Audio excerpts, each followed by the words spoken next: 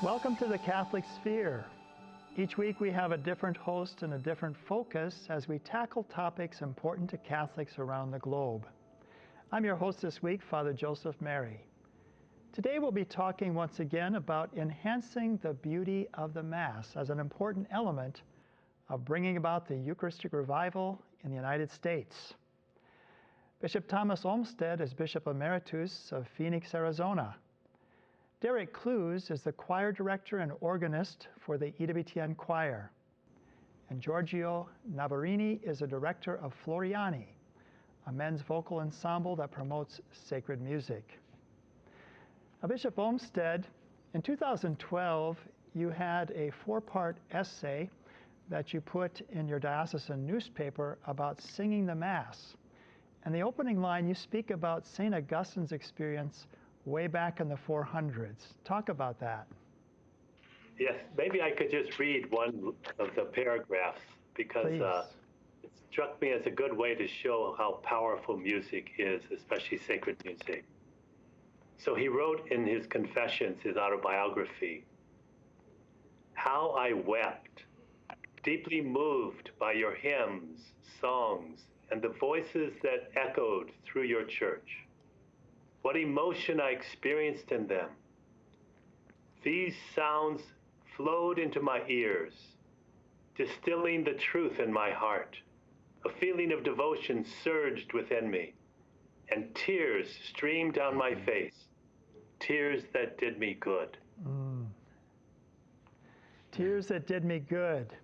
So that's our experience, isn't it? That music, sacred music, is able to elevate us.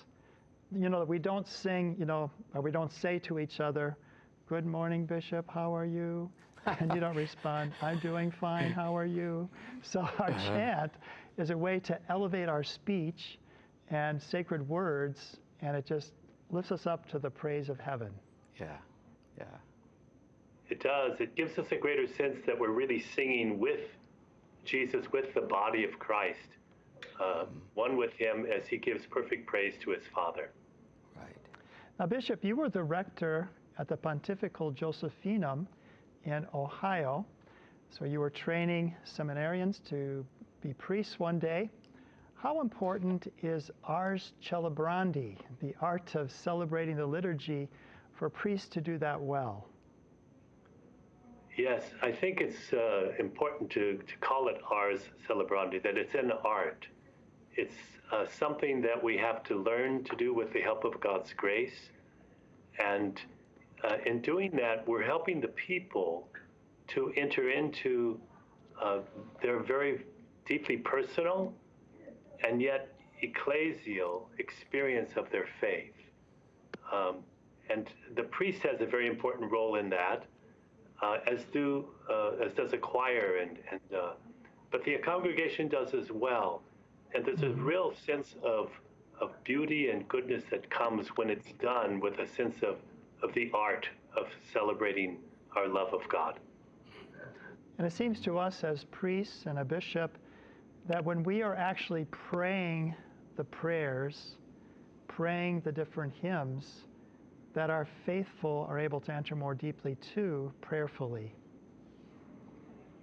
I think we feel more united with one another.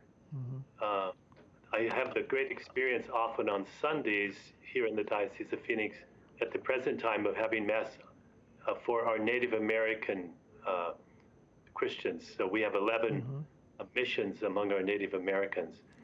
And in the place where I go very frequently, we don't have any accompaniment. We just have the human voice. But we sing from the beginning to the end, from the sign of the cross all the way to the final blessing. And it unites us, and it elevates us, and it links us with the larger church. We get a sense of being part of something that's ancient and yet new.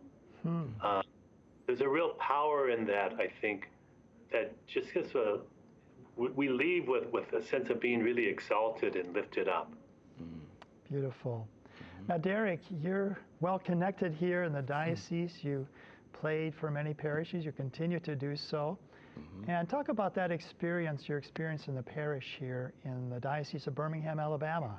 Sure, I'd love to. You know, Bishop Olmsted brilliantly read that passage by Augustine of Hippo. And my first reaction to it was not just amazement, but a pang of jealousy. Lord, I want that experience. God, I want that experience with you in your holy church, in your holy mass. But here's the takeaway from that. The onus on that experience, which obviously to Augustine of Hippo was transformational. You can immediately read that by it. In today's communion antiphon, we are told, we received the food that we craved, and we were not disappointed by what we crave. The onus of that experience is on us, the worshiper in the church. We are a part of having that experience. It might unfold around us and we might miss it, but it's up to us to have that transformational experience when we can. And in our diocese here in Alabama, I would say as an example, maybe one of the beautiful diocesan liturgies that we do here might be a way to experience something like that. But Father, you have asked about my work in the parishes. So I will say, you know, Bishop Olmsted, his namesake, a fellow in the 19th century, was a garden designer. So I'd like to share, if I could, my garden metaphor. You know, I'm speaking of Frederick Law Olmsted, who laid out Central Park in New York and some other beautiful places. The parishes are like a garden, and they relate to the diocese in the way a garden relates to the diocese. And I'm thinking in particular of a style of European garden called a parterre garden. And a parterre garden involves pathways and small areas that are often surrounded by evergreens like boxwoods. But inside each one of those little areas contained by the evergreens can be whatever the gardener fancies, whatever is blooming in that season, whatever blooms well in that climate. Together, those small areas form a more beautiful big area that you must step back from to enjoy. And then in order to take in the whole of that garden, you need to be somewhere high up in an edifice. So in England and in France and in Germany, you develop these big buildings with parterre gardens out in front of them so that people who lived in the buildings could look out the windows and appreciate the parterre garden. The reason I'm bringing this up is the parish is the individual unit of that parterre garden, and the diocese is the combination of the whole of those individual sections in the parterre. And then Holy Mother Church in Rome is looking down from below. So that's our relationship. And the beautiful flowers inside each one of those little parterres, those are the people in the parish. And every parish musician must have a demonstrated love for those individual flowers in their parish. And that's where we need to start as parish musicians. Beautiful. Now, Giorgio, you speak on your website about sacred music retreats that you give. What is a sacred music retreat that you take out or you do in the parishes? Great. We do retreats and missions, and so often we'll go to a location or a parish, and we'll give a lecture on one of the topics that the parish chooses. For example, what kind of music did Jesus sing in the temple? And we'll go through the history of that and show how the songs of the temple are actually continued through the musical tradition of the church in Gregorian chant.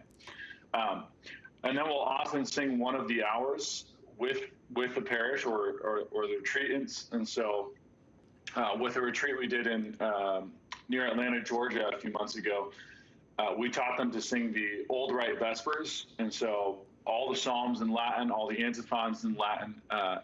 It was a really powerful experience. We had about 30 retreatants singing with us, and it was incredible. Wonderful. We want to hear another clip of your group, this time singing the Tantum Ergo. So we prepared that, and let's take a look at that right now.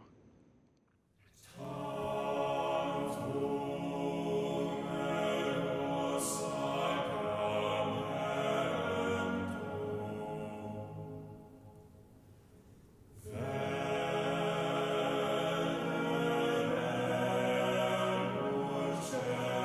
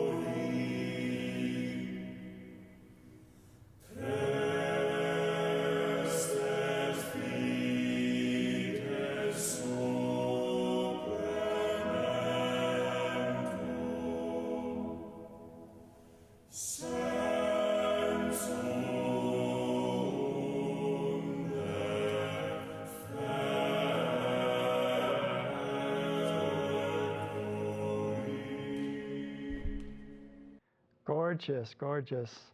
Now, what resources would you have available for people who are interested in learning chant? Do you have some things online that are available for people?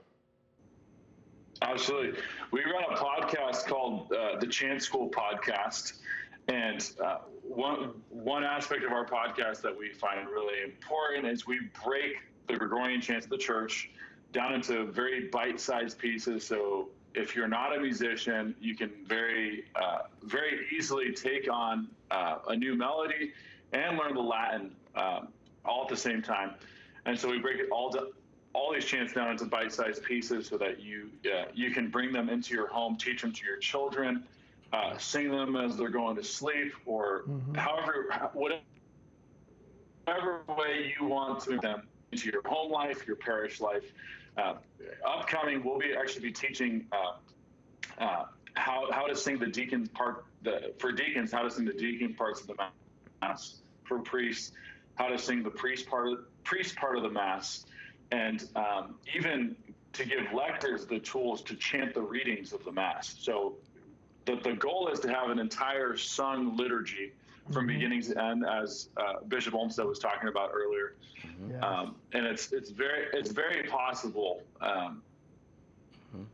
It's been forgotten for all these years, and so we're going to bring that back. Wonderful. Bishop Olmsted, you celebrated our televised Mass some years ago, and you sang the Mass. We were singing the Mass at that time. Are you a musician? Well, I'm not a great musician, but I can't remember when I wasn't singing. I have 2 brothers and 3 sisters, and all of us sang together from the time we were real little.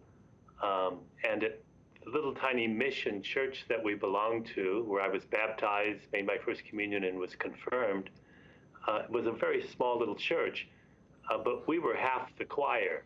And my brother, my oldest of my siblings, my brother was the organist, and then it passed on to my sister as organist. And so we were supplying a lot of the music there.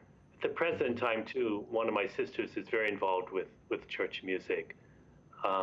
So yeah, I was raised with a lot of music, and just always appreciated the different ways that music so enriches our lives. Not only sacred music and religious music, but also beautiful music classically and other ways down through history. Now, some young men are attracted to the priesthood, and maybe they say, well, I got a tin ear, so I don't know how I could carry this out. But it's still possible, right, to do these simple chants, even if maybe they've never really sung before?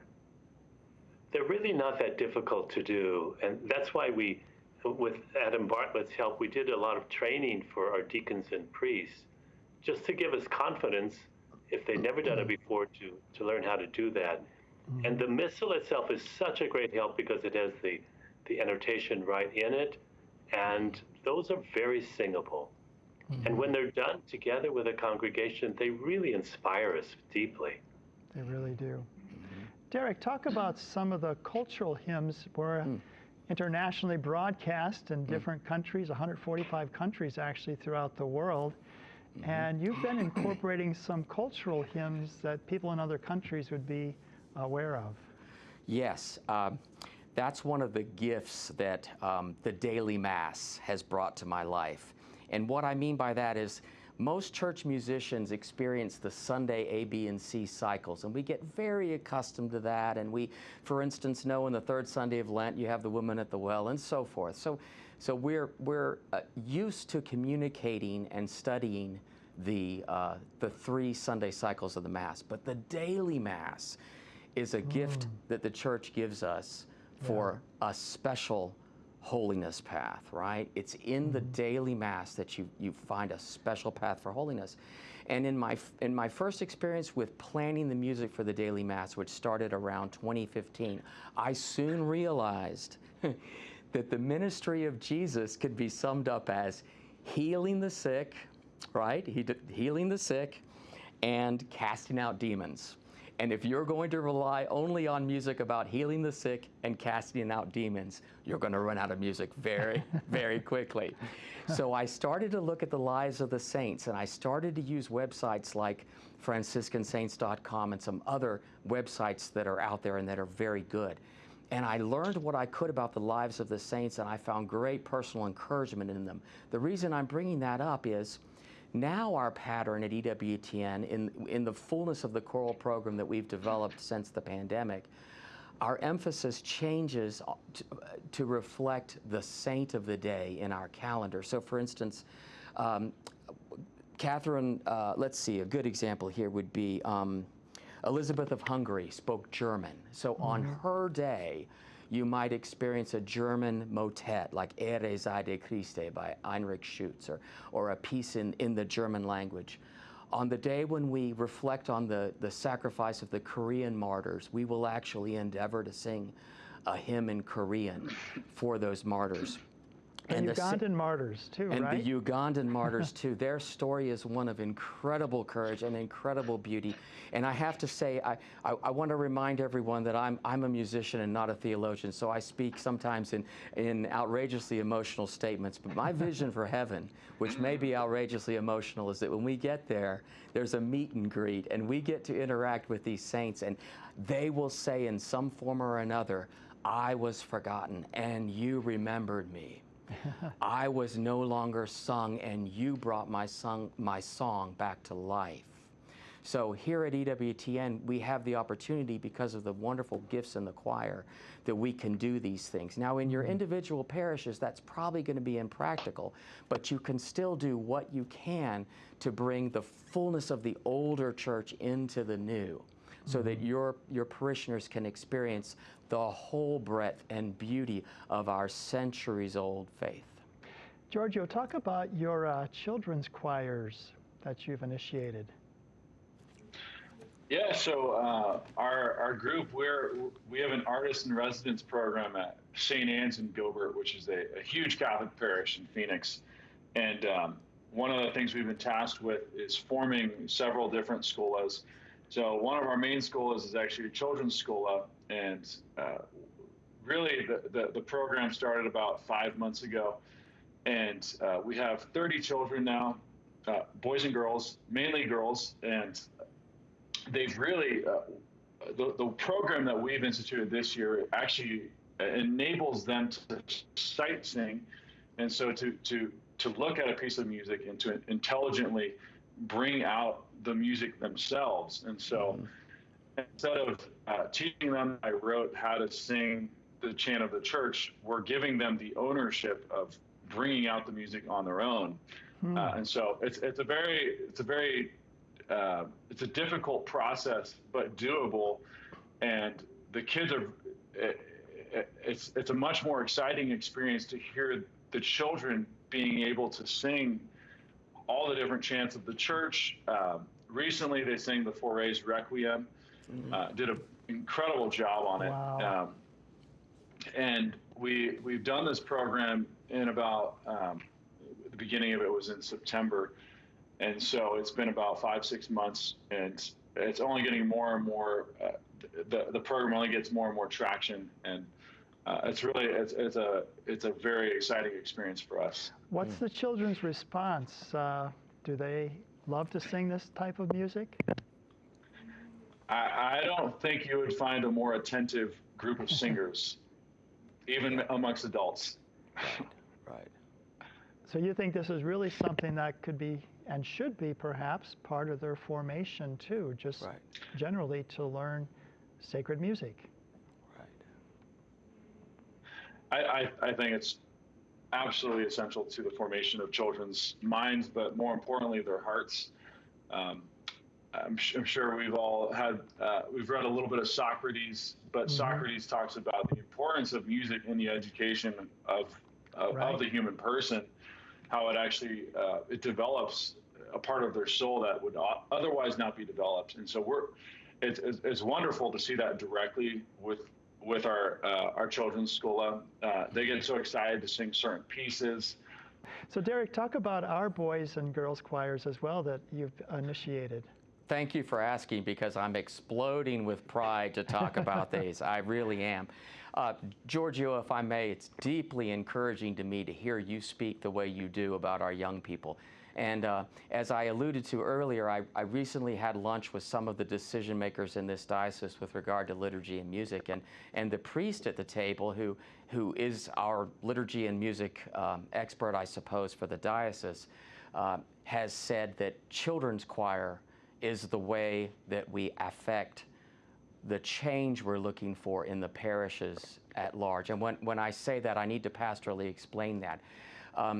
We have a diocese still that has a lot of individuality in each one of the parishes in terms of the music and the selection of music. And I have recently been personally horrified by some of the texts that I've read, even in the hymnals that are promulgated by our biggest Catholic publishers. And so I feel like in our diocese in particular, we're yearning for a liturgical renewal, and that, according to the priest in charge of our diocese, will come through the children.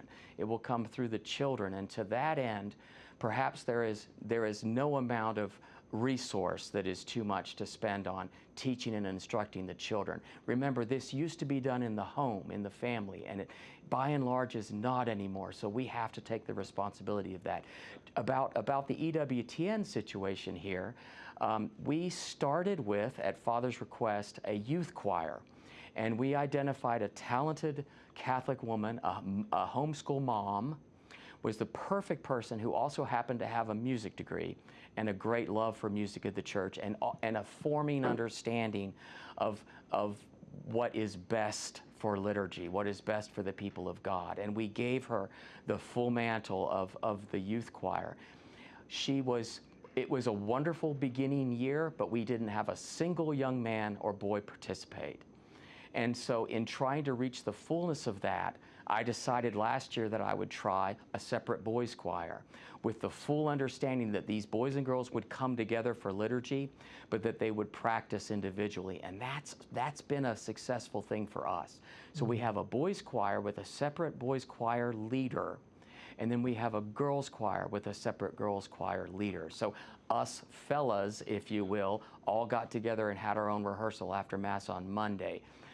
Deborah's girls all get together and have a rehearsal after their Mass. And then several times a month we come together and sing. The joy on their faces comes through how much they love the music, and the viewers have responded. The viewers have responded. Now we're coming to the end of our program here. Bishop Olmsted, any closing challenge or thoughts on the importance of sacred music in the liturgy? I think it helps us appreciate the rich tradition of the Church, the great legacy that's given to us, and how it's survived difficult times within the Church. It's seen great creativity at other times in the Church, but it helps us see how the Lord has been at work always, and when we're one with Him in giving praise and glory to the Father, we really are moved and drawn up into the heavenly liturgy itself. Well, thank you so much for being part of this program and for that document, which I've actually quoted in a number of homilies encouraging the very things that you speak of there. And have a blessed retirement and a well-deserved retirement as well. Thank you. Derek, any closing challenge or thoughts that you have? I do. My closing thought is, as parish musicians, the Church has not called us to innovate. The Church has called us to invigorate. Beautiful. Not to innovate, but to invigorate. And so using the Church's treasury of sacred music, there's so much. And we also have the room, like you spoke of earlier, of these cultural expressions also that can touch people deeply. Giorgio, any closing thoughts or comments? Yeah.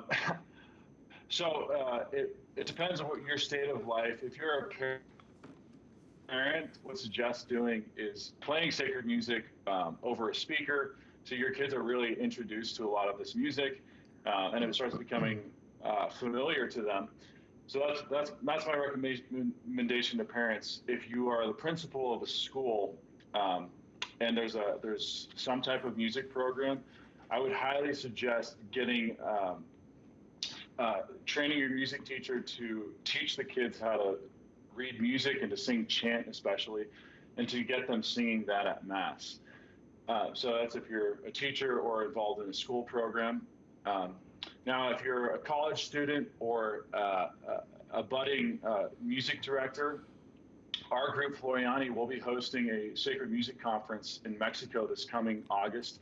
It's a 10-day, very hands-on retreat to give you the skills to develop your musicianship and to start great music programs throughout the United States. So you can find us at floriani.org. Great. So we have your website up there on the screen so people can learn more about Floriani. So thank you all for being a part of this program, and please God that our liturgies will be enriched and edify people more and more for the glory of God and the good of many souls. And may Almighty God bless you all, the Father and the Son and the Holy Spirit. And thank you for joining us today. We'll see you next week here on the Catholic Sphere with host Debbie Cowden.